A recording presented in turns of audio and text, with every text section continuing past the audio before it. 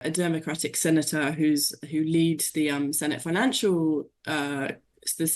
Committee, going on the floors of the Congress yesterday and saying, the Trump administration has an Epstein file, relating to his financial disclosure. So we have, he went to the floor and said there are 4,725 wire transfers, and that amounts to almost $1.5 billion. And that's going to and from Epstein and Associates. And at the moment, we have no idea who those associates are or what that money was transferred for.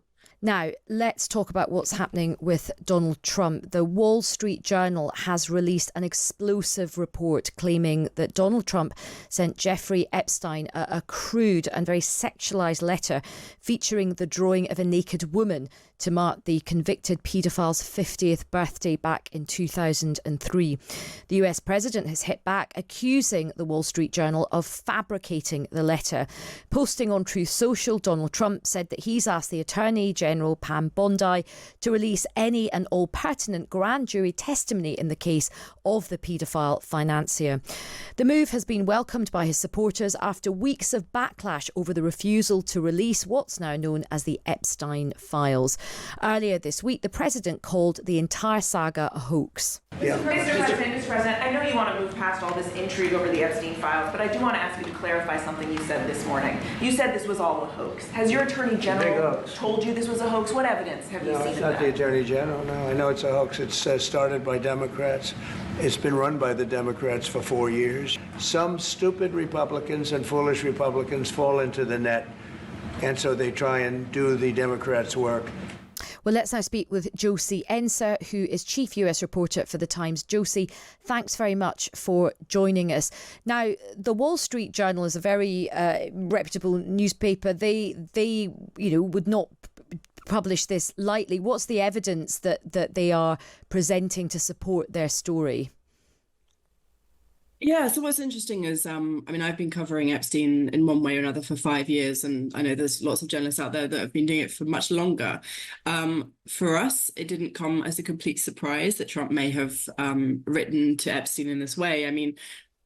We've spoken to a former British friend of Ghislaine Maxwell's, who, is the socialite and daughter of media baron Robert Maxwell, who compiled these letters to give to Epstein on his 50th birthday. And that friend said, they did something similar for his 40th birthday. So, and we knew that Trump, by his own admission, was a friend of Epstein's for 15 years. And he said, once described him as a terrific guy. So, for those of us who've been following the case closely, it didn't come as a complete surprise that the president might have written to Epstein in this way. And how has the MAGA base been reacting to all of this?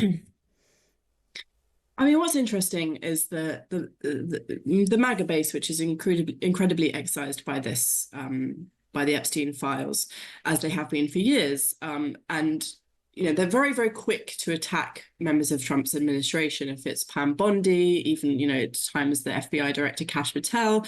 But what's been very interesting to see is this time, for the first time, sort of in the last 10 weeks, Trump has got a bit of a reprieve. So they've actually been very quick to defend Trump, even using the words he did to defend himself, saying, even Musk said it doesn't really sound like Trump, to be honest. Charlie Clark, the Turning Point USA founder, says this is not how Trump talks at all.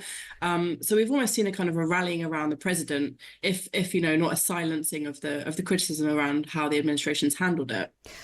And look, he's asked the Attorney General Pam Bondi, I don't know if I'm pronouncing her second name correctly, to go through and release any and all pertinent grand jury testimony. How confident are you that there'll be full transparency, or will she sort of pick and choose what to release? I think the word that I'll quote back to you of pertinent is obviously very interesting, because who is deciding what is pertinent and how they're deciding that? And also what's interesting is these grand jury transcripts are under quite tight federal guidelines. So they're normally kept secret to protect victims of crimes and the witnesses. So there's only a very narrow defined circumstances where these are allowed to be released. Obviously, the president of the United States could probably be ordered to do that. But what we have to understand is that the grand jury testimony is also just a fragment of what is out there in the ether and what is known as part of the FBI's investigation. So, we have a number of Trump's victims who reported and spoke to and testified to the FBI that are now suing the FBI in the civil courts to say that they weren't listened to.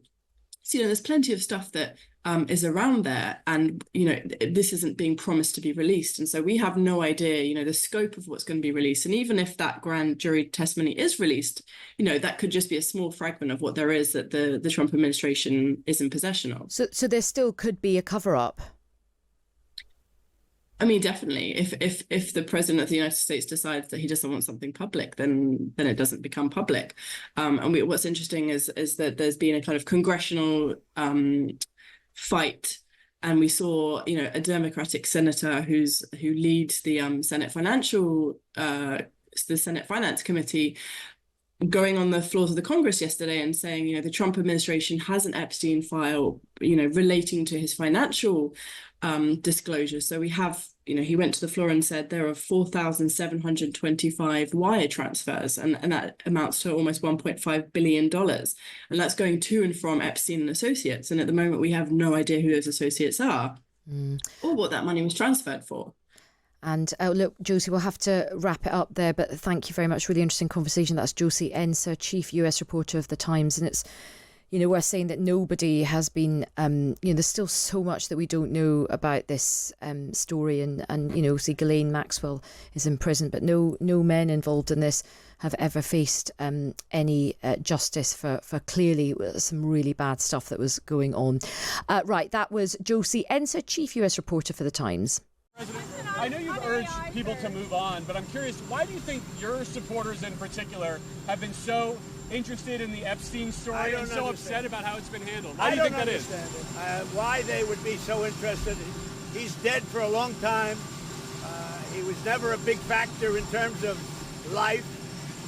I don't understand what the interest or what the fascination is. I really don't. And the credible information's been given. Don't forget, we went through years of the Mueller witch hunt and all of the different things, the Steele dossier, which was all fake. All that information was fake. But I don't understand why the Jeffrey Epstein case would be of interest to anybody. It's pretty boring stuff. It's sordid, but it's boring. And I don't understand why it keeps going. I think really only pretty bad people, including fake news, want to keep something like that going. But credible information, let them give it. Anything that's credible, I would say let them have it.